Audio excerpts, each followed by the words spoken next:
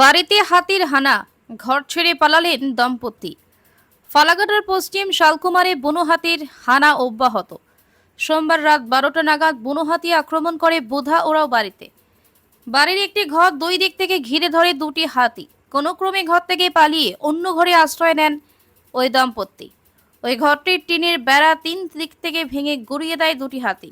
পাশেই বিধবা ননি ওরাও ওর বাড়ি রান্নাঘরে বেড়া ভেঙে ঘরে সুকেশ ভেঙে ফেলে হাতি। বিধবা ননি ওরাও 3 মেয়েকে নিয়ে বাড়িতে থাকেন।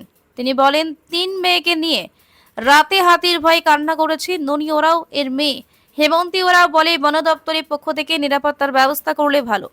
দিদি, বোন, মা, আমি বাড়িতে থাকি, প্রায় হাতি আসে, আমরা খুব ভয়ে আছি।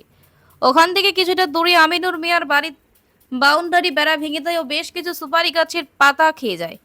গ্রামে হাতির হানা হয়েছে জানতে পেরে সকালে বাড়ি পরিদর্শনে করেন দক্ষিণ খয়েরবাড়ি বিট অফিসার প্রকাশ সুব্বা।